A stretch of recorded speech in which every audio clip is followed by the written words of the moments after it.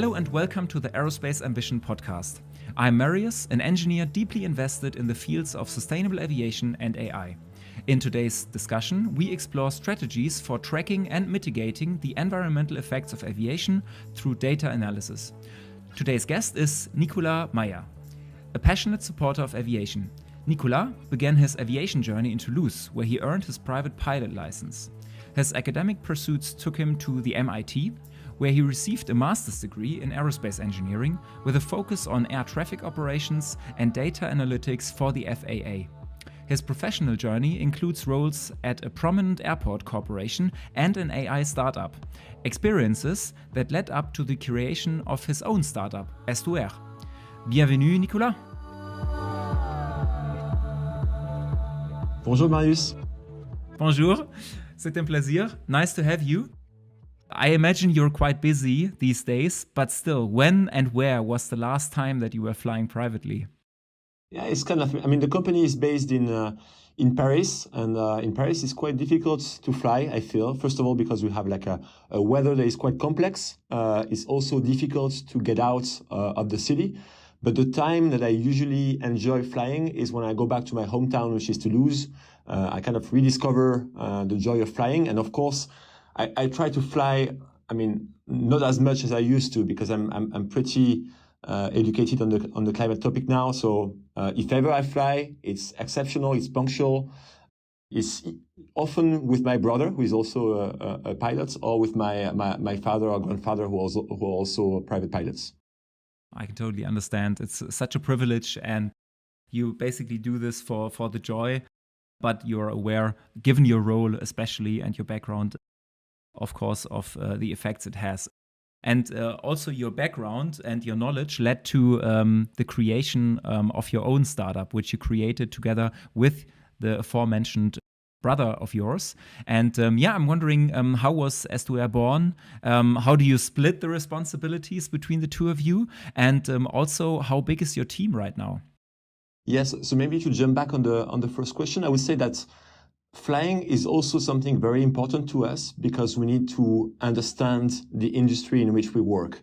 So my brother and I, passionate about aerospace since the very beginning.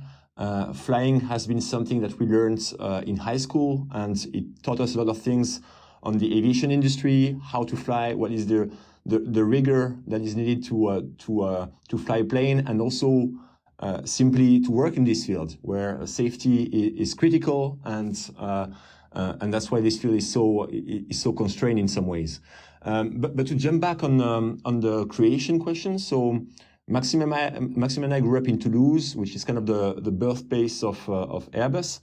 And we became passionate about aerospace from the very beginning. I remember we were running in the window to see test aircraft flying over, and that was really kind of the spark and the first thing that get us working in this industry. So quickly we decided to become pilots, later engineers, and recently, 2 years ago, Maxime was working for Airbus on electric vertical and takeoff aircraft, and he was working on what we call an ACV, so life cycle analysis of the impact of an aircraft concept, and he quickly understood that even though this aircraft was electric, it still had an impact on the environment. He also discovered that in some ways, his involvement in this project, and this project was just a drop in the ocean of decarbonization. It's a new market, it's a new use case, it's a new technology, but these aircraft are not going to replace existing commercial jets, and they're not going to change the way we fly today. And so based on this, we quickly joined forces to answer the question that is, what is the exhaustive climate impact of a flight in 2022? And so we unraveled the ball, and that's the moments where we discovered these non-CO2 effects and their magnitude. These effects are complex, and you know about them. Their magnitude is quite high if you compare them to CO2, and we'll come back to the metrics, I guess, in the future of the conversation. But it's something basically that people needed to know. So when you read, and I guess you've read a few of these papers, when you read these papers from David Lee, you really understand that the climate impact of aviation is not only about CO2, it's way bigger, it's way more complex than just burning fuel and releasing CO2. And this is really what drove us into this field of non-CO2. It's fascinating to explain this phenomena to people who have never heard about this. It's fulfilling to spread the word and to get people working on this non-CO2 impact. And our first customer, Nordic Aviation Capital, and especially Ross McKean, who is a former engineer working for them, really got us started working on this field. And so that's kind of the moment where the company really got created, is this first project, this first person who believed in us, who was interested in the same question than us, that was, what is the exhaustive climate impact of a flight? And that's when we started growing our business. And today, we are a team of 5. We're still like a quite small company. We are international from the very beginning because our business and our customers are international.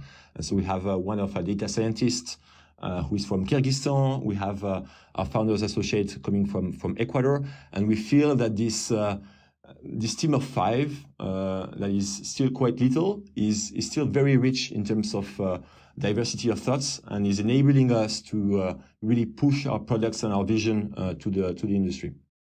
You described the macro trend basically of knowledge, coming into the industry by David Lee and others. And now I'm wondering, what exactly is the problem that you guys are solving in this context? So basically, the problem we are solving is that if we don't do anything, aviation will be accountable for 22% of man-made induced climate change in 2050. And this is like a massive share of the climate impact of human activities. At the same time, you have like a tremendous amount of data and new analytics technology that we feel are under-leveraged and that can help raise to this challenge and address the challenge of decarbonization. At the same time, we believe also that now is the good time to act. Especially in Europe, CO2 and maybe in the future non-CO2 will have a price. Today, ranging from 50 euro to 80 euro the ton of CO2 in the EU ETS market. And if this climate impact has a price, a decarbonization strategy is also a cost-cutting strategy. And that's why we feel that now is the good time to act on the decarbonization of aviation. Even though technology is not often ready yet on some matters, especially on sustainable aviation fuels or other decarbonization levers, but we feel now is the good time. And at the same time, I would say that now is the good time because we already feel, and maybe I'm just going to say the obvious, right? But now is already a time where we feel that climate is changing. We see heat waves, we see natural disasters that are getting more frequent. And for my generation, at least, this is becoming stressful. And it's also motivating us to act now. So yeah, and of course, if we want to deep dive into what Estuaire is providing to its customers, today what we provide is really 2 things. Chapter 1 of the company is really the monitoring part. We need to understand what is the exhaustive climate impact of a flight and give this data to everybody who needs it. And today, people who needs it are spread across the full aviation value chain, from the OEM that is building the aircraft or designing an engine in the most climate optimized manner, to the airline that is actually emitting CO2 and generating non-CO2 effects, and that can directly, from an operational perspective, act on these matters. But also the financier, the bank, who is basically like lending money to an airline to buy an aircraft. These people can also provide financing that is required to finance these green technologies, and these people need data to take these decisions. So chapter 1 is really the monitoring of the climate impact of aviation. And today we analyze more than 30 million flights a year, point by point, and we try to be as exhaustive as possible in the climate impact that we measure, non-CO2, CO2, but also the life cycle impact of the aircraft. What is the impact of building the aircraft, of producing the fuel, of producing energy so that an airport can run? All of this is accounted for. And so after this chapter 1, which is monitoring, we are contemplating chapter 2 now, which is really reducing. And we feel that the area where we can really have an impact fast and quick is the area of non-CO2. And so we are currently building with some of our customers products that are enabling airlines to avoid these non-CO2 impacts from both a strategic point of view and an operational perspective. But this we can touch upon it later in the podcast. What is something that very few people in the, let's say, sustainable aviation industry agree with you on? I would that very few. So I would say one thing that is kind of striking is a lot of people tell us, well, I keep on operating old generation aircraft because it's a good thing for the environment.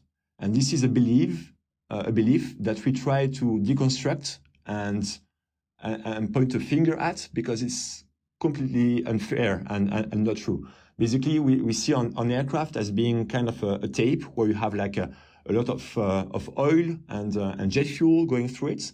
And it's not the impact of manufacturing the tape that is important. It's really the amount of fuel that is going through that tape. And this is kind of counterintuitive, because when you look at other industries, not focusing on transportation, but for example, on fashion or IT, usually the longer you use like an iPhone or a jacket, the better for the environment. So it's kind of counterintuitive, and it's something we often like to point a finger at, because it's not true. It's better to replace an aircraft that is 2 years old by a brand new generation aircraft that is going to emit 15% less CO2, because from a life cycle perspective, what the environment and the Earth cares about is really the amount of fuel that you put in the tank of the aircraft and goes through the engine. You mentioned that the question regarding why now could be answered with, well, first off, tipping points and catastrophes, heat waves, that are showing up more increasingly.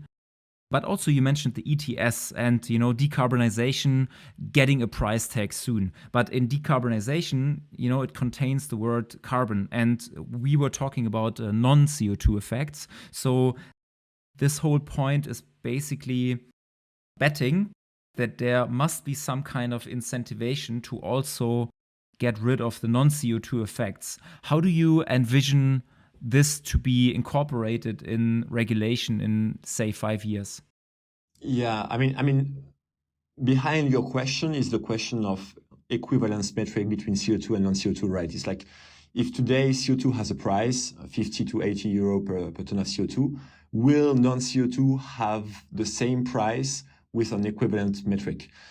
Answering this question for me is kind of dangerous, because if you look at non-CO2 and you want to avoid these effects, and avoiding these effects might be easier than reducing the emissions of CO2, then you might incentivize airlines and the aviation industry as a whole to invest in proper decarbonization technology, which are sustainable aviation fuel, brand new propulsion technology, new aircraft, flying more direct. And so that's why I wouldn't be able to answer your question about how should we price non-CO2 versus CO2. The only answer I can give you is that I believe that there should be an economic incentive to work on non-CO2, but that the CO2 and the non-CO2 should be two distinguished subjects that are dealt separately by the EU Commission within the EU ETS scheme. I really loved your point that you made when, you said a life cycle analysis reveals, the whole impact end to end of a product. Usually we want to use products the longest time possible. But here we might have to, exchange them by more efficient products that are less harmful for the environment. Now, when dealing with the decarbonization topic or, the climate impact that flights have, we should also look at this very holistically, right? And that means we need to compare this. I mean, a very fair point, I think, that you made, that it's dangerous because we have to trade off, People might get an appetite to avoid non-CO2 effects. and then not focus enough on SAF investments, which are huge investments, which have to be taken early enough, right? But then again, isn't that exactly the right discussion to have? Because you need to compare them. Eventually there's just one Earth and there's just one temperature scale. So how can we bring those two together? I'd say that I would approach it a little bit like if you look at the environmental impact of a product or a field, you have various impacts. You have an impact on climate change. You have an impact on biodiversity, on the toxicity of soils. And I would say that trying to come up with a single metric to embrace the complexity of the impact of an activity on the environment is the wrong way. I would try to break down the problem in sub-problems that I try to solve separately and independently, rather than come up with, as you said, like a single metric that is going to be my North Star and that I want to decrease. I would try to break down into smaller North Stars that I'm going to follow each independently to come up with an optimal solution with suboptimal solutions at the same time. But especially with CO2 and non-CO2, I mean, the complexity of putting them in the same basket is that these two phenomena have an impact over different time scales. It's like a contrail, and you know it is lasting in the atmosphere no more than 24 hours, while CO2, the half-life of CO2 is I guess 100 years. And so you're comparing a long-term effect with a short-term effect. And by choosing a metric, you might need, you're basically saying that one factor is more important than another, while you don't really know if one is more important than another. I mean, maybe the answer is going to come from just like a better understanding of what is the objective of mankind. Is it to reduce the overall energy that is captured by Earth over 100 years, or is it to limit the temperature increase in the next 20 years? And so this is kind of a society question more than I would say a question I can solve myself. I totally understand the difficulty within this question, and it's definitely something for what we have to raise more awareness to even start this discourse, right? What we can do right now is trying to understand better the role of Estuaire in this, or I want to make it as precise as possible. So how would you describe your products to a potential customer? So on the monitoring side, the product that we offer is a data platform with a digital twin of aviation. So we analyze more than 30 million flights a year based on ADS-B flight tracks, and we apply the latest scientific models to these flight tracks to come up with the climate impact of each flight individually. And this is then provided to our end users using dashboards and APIs so that they can understand the main drivers of their climate impact. So let's say that you're an airline and you want to analyze the non-CO2 impact of your flights. So basically we provide all of this non-CO2 data using data scientific models. We are as open as possible on these, on the models and the sources that we use, because we believe that this field needs transparency, and we help them understand the drivers of this impact. So let's say you're an airline, this might be which aircraft are generating contrails, which engine types, at which hours of the day, on which flights, on which flight information region. And based on this, you can then design mitigation policies. For an airline, it might be just about, from a strategic point of view, reconsider the aircraft that they will buy, or on the opposite, reallocate specific aircraft types to specific routes where they can decrease their climate impact by and their non-CO2 impact by just reallocating and allocating better these aircraft to these flights. And then from an operational perspective, because you have only 5% of the flights that generate 80% of the climate impact of contrails, the objective is to identify these 5%.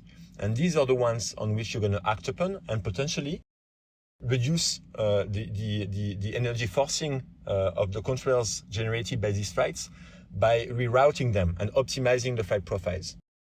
And this is something that we start working on, and it's a field where we believe that collaboration is required. You need climate scientists, you need people doing flight planning. You need an airline, of course. You need air traffic control.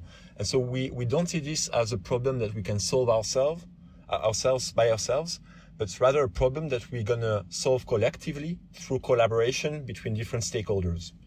And this is what we are kind of developing right now. So we work with OEMs, we work with airlines, we work with weather agencies in order to provide this optimal climate rerouting of these 5% flights.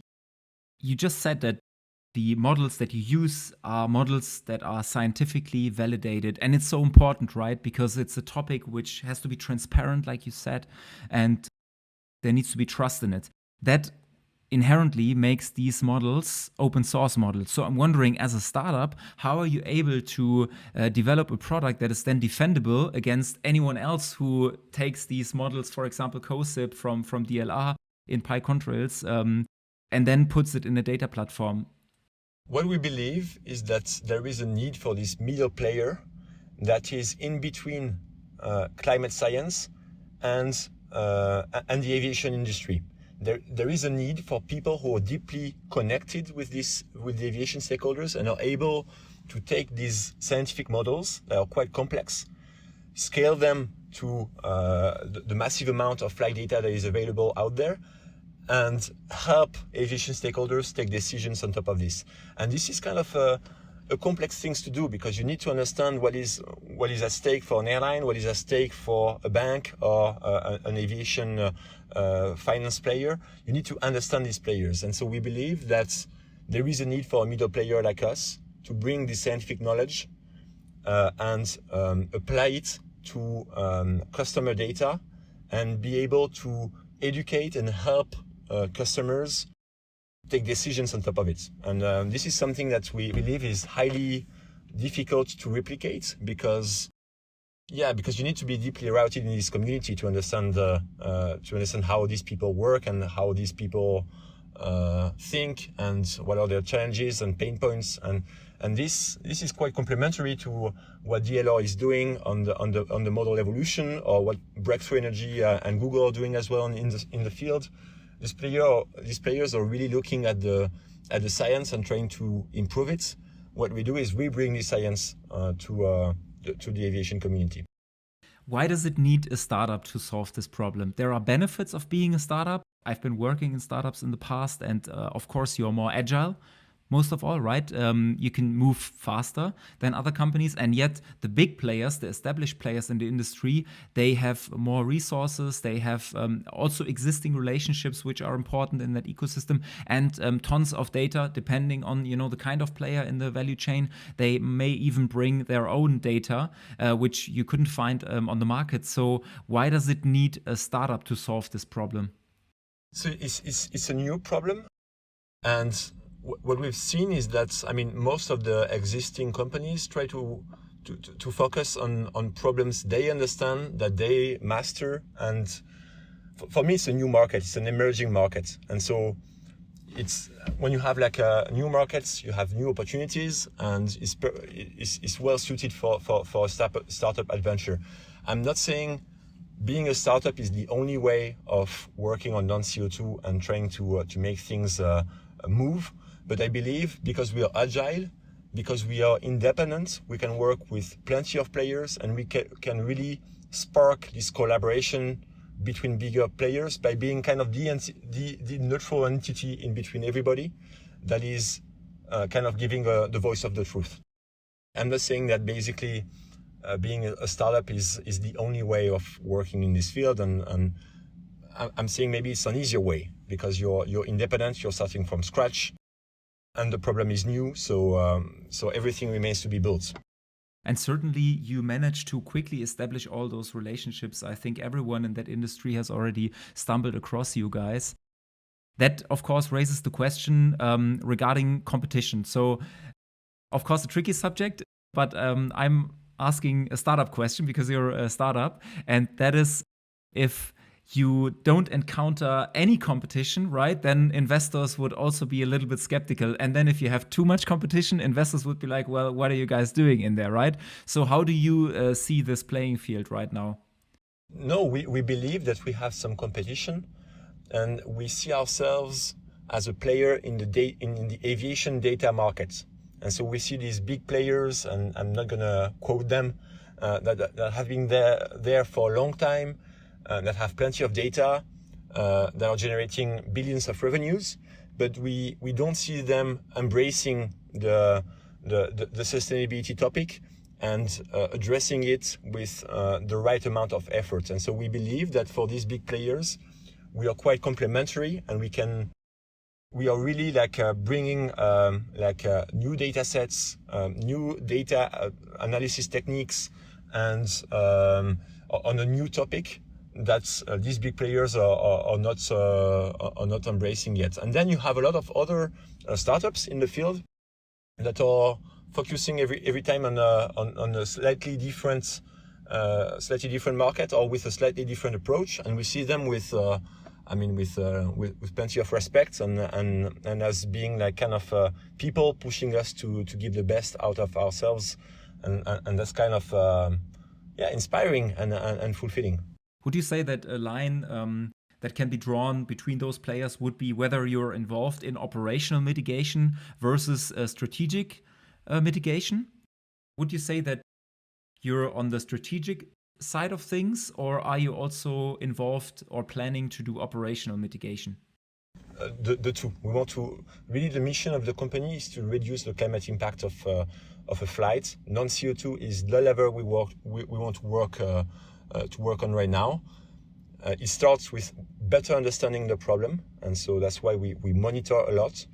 But quickly after, you need to find solutions, and the two solutions that I mentioned are the one we are working on, which are both strategic and operational. And so the two are complementary, and we'll need to work together.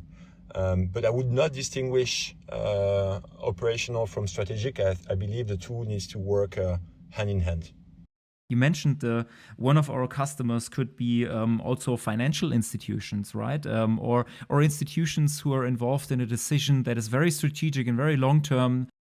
I can totally see how your products create value in those strategic decision process, right?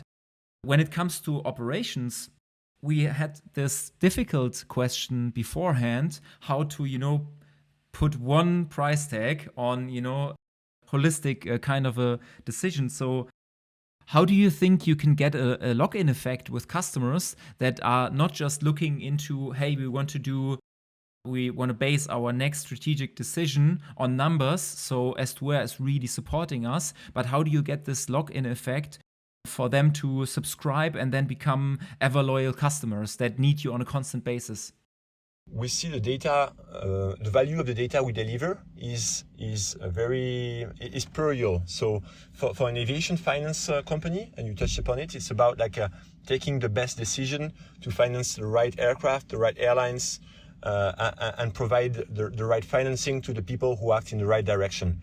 And this, you need to constantly understand and renew your strategy. Every year, you're going to sit and say, okay, what did I do last year? What will I do next? Am I on the right curve towards net zero in 2050? Or am I below? Am I under?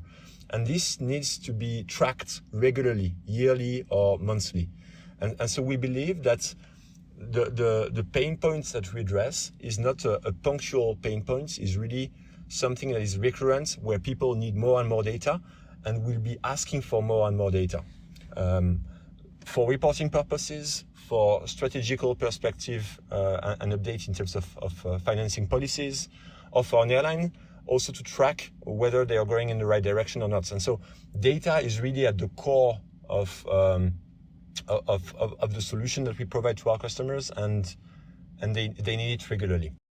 That nicely leads on to the last point I wanted to discuss, and together with KPMG, you published a case study recently. I'd like to ask what the goal and the approach was in that case study. What were the results? And maybe to add to this, how was it different from what was already out there? This paper was really dedicated to the aircraft leasing company, the aircraft leasing sector, and the banking and financing sector.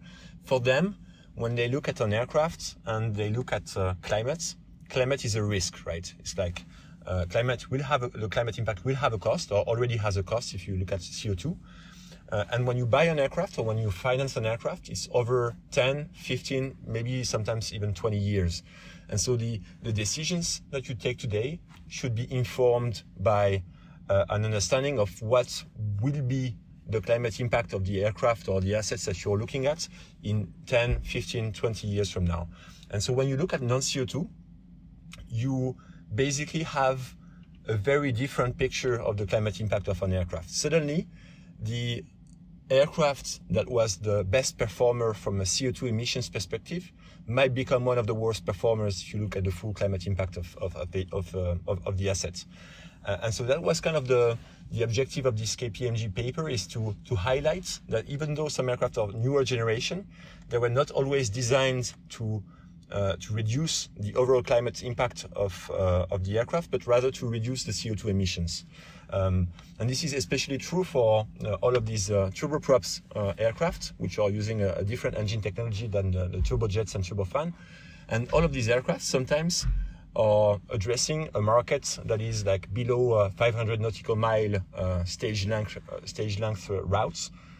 And from a CO2 perspective, CO2 per ASK, so available seat kilometer, they are not always the best performers. However, if you look at the full climate impact of these aircraft, including non-CO2, these aircraft often fly below 30,000 feet. And because they fly below 30,000 feet, they don't encounter these high humidity, low temperature areas that generate contrails. And so it's kind of what we wanted to do with this KPMG paper, is really try to put this non-CO2 effect in the head of financiers, so that they can account for this effect and this risk in the coming years and take actions that will be accounting for these non-CO2 effects. I put myself in the shoes of one of the previous guests now, and that's Finlay Escher, episode 1. And I think one thing that he may say right now is that it's very understandable that these regional aircraft create less contrails, and hence, if you take that into consideration, the overall effect is less than per available seat kilometer. But of course, you also have to take into account, well, for those distances, you may be able to take the train, which has a whole different life cycle score, something you mentioned in the beginning. Is that something that was also scope of this study? We didn't look at multimodality and different modes of transportation, but that could be something we could factor in our studies. It's true that in Europe and in the Western world, I would say, so North America and Europe, you have a lot of alternative means of transportation. And when you can travel another way, using the train or using decarbonized modes of transportation, you should do it. However, for these regional aircraft, this is not always the case. It's like in Europe, you're right, you can often use the train. However, these aircraft are also used in remote areas. They connect communities in the Caribbean, in the Pacific Ocean. And here you don't have any alternatives. So yeah, you're right that these aircraft are also the one competing with the greenest ways of traveling, which is often the train, but this is not always the case. Recently, I spoke with a sustainability expert at Deutsche Aircraft, who are also building regional aircraft that operates in a more sustainable way in the context of contrails. And what I understood is that the level of knowledge of contrail creation and maybe even the contrail impact of turboprops is largely unknown at this point. So would you agree with that, or how would you describe the level of knowledge and certainty that we have around turboprops and contrails? No, I mean, I would need to deep dive into the papers that he might have mentioned, but I would say that it is known and validated that these aircraft, these turboprops, I wouldn't put all of the regional aircraft in the same basket, because you also have turbojets and turbofans that are flying higher. But it's common knowledge that these ATRs and Dash Q400 are flying at lower altitudes. And it is common knowledge that you don't have these high humidity areas, you don't encounter these high humidity areas as often. And so I would say that you have a lot of uncertainties on the non-CO2 effects, but not regarding these, and this is not the field where I would say the uncertainty is the highest. The uncertainties where I would say there is still a lot of work to be done is on these low soot emission engines, such as, for example, the CFM LEAP or some of these newer generation engine that have like a very low non-volatile particulate matter emission indexes. And here the science still struggles to understand why these aircraft are still emitting a lot of contrails while they should not, based on the current modeling. And so here I would say that there is a lot of knowledge to be built and scientific research to be conducted, but rather not on the turboprop side. As we're in the, I'd say, nearly final approach phase, I would like to squeeze in a tradition that we have, and that is passing on a question from one guest to the next. And the previous guest was Dr. Peter de Bock, who is directing the pre-trails projects at ARPA-E. And his question was, what is the future of electric aviation, and what percentage of flights could potentially be electrified if you look at the tech developments that are going on right now?